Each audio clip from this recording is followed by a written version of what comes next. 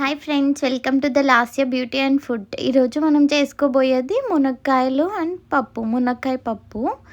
ఇది ఎలా చేసుకోవాలో చూపిస్తాను. దీనికోసం టమాటో కావాలి. మీకు ఎన్ని కావాలంటే అన్ని తీసుకోండి క్వాంటిటీ. పచ్చిమిర్చి, టమాటా, ఆనియన్ ఈ మూడింటిని కట్ చేసుకోండి.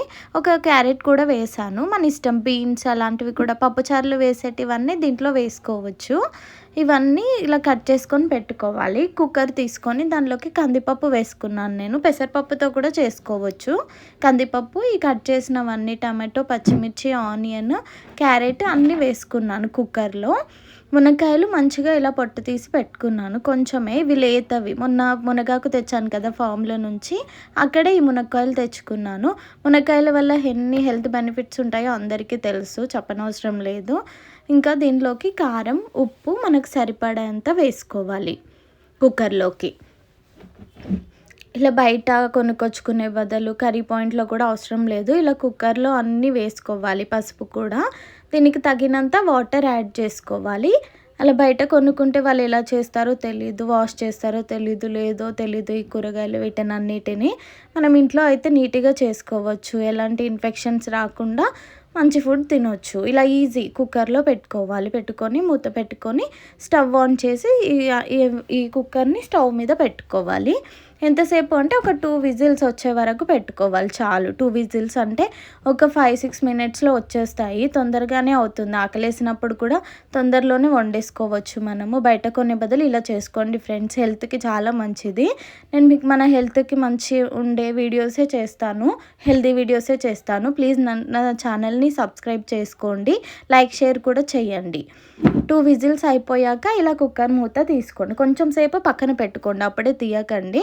ఇలా కుక్కర్ మూత తీసుకోవాలి. సౌండ్ వస్తుంది, ఆ సౌండ్ పోయే వరకు పక్కన పెట్టుకోండి. ఇలా మంచిగా అన్నీ ఉడికిపోయాయి. ఉడికిపోయిన తర్వాత దీన్ని మనం ఇప్పుడు పోపు వేసుకోవాలి. వేరే గిన్నెలో పోపు వేసుకోవాలి. మళ్ళీ స్టవ్ ఆన్ చేసుకొని ఒక గిన్నె పెట్టుకొని అందులో కొంచెం వాటర్ ఉంది, అట్లా ఏమన్నా ఉంటే ఆయిల్ వేసినప్పుడు చిట్చిట్మని పైన పడుతుంది. అలా పడకుండా ఒక్కసారి హీట్ చేయండి. దాని తర్వాత మనకు పోపుకి సరిపడా ఆయిల్ ఇందులో పోసుకోవాలి. ఆయిల్ ఎక్కువ తక్కువ అయినా పర్లేదు, కాకపోతే తక్కువనే వేసుకోండి, హెల్త్కి మంచిది. తక్కువ వేసుకుంటేనే, ఎక్కువ వేసుకోకండి ఎందులోనైనా సరే. ఆయిల్ కొంచెం హీట్ అయిన తర్వాత దీనిలోకి ఆవాలు, జీలకర్ర వేసుకొని ఎండుమిర్చి కూడా వేసుకోండి.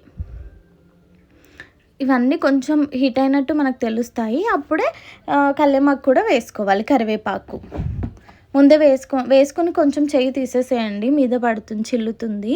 దీనిలో కొంచెం పసుపు వేసుకోవాలి. అన్నీ మళ్ళీ ఒక్కసారి కలుపుకోవాలి. చాలా ఈజీ ఇది, కానీ చాలా మంచిగా అయింది టేస్ట్ అయితే. నాకంత ఎక్స్పీరియన్స్ ఏం లేదు, కాకపోతే చాలా బాగా అయింది కర్రీ. ఇవన్నిటిని మనము ఈ పోపు వేసుకున్న దానిలోకి ఇందాకటి కుక్కర్లో ఉన్న కర్రీని, పప్పు, మునక్కాయలు అన్నీ ఉడికినాయి కదా, అదంతా వేసుకొని మెల్లిగా కలుపుకోవాలి. ఇవి లేతవి కాబట్టి తొందరగా ఉడికిపోయాయి. చాలా టేస్టీగా ఉంది, చాలా కమ్మగా ఉంది ఫ్రెండ్స్. చాలా మంచిగా చేసాం మేము. అంత ఎక్స్పీరియన్స్ లేకపోయినా చాలా బాగా వచ్చింది. వేడి వేడి అన్నంలోకి వేసుకొని తింటేనైతే చాలా బాగుంది. ఇలా ఒక్కసారి ట్రై చేయండి, మీ పిల్లలకి కూడా పెట్టండి, మళ్ళీ అడుగుతారు. Thank you for watching friends. Subscribe చేసుకోండి మర్చిపోకండి.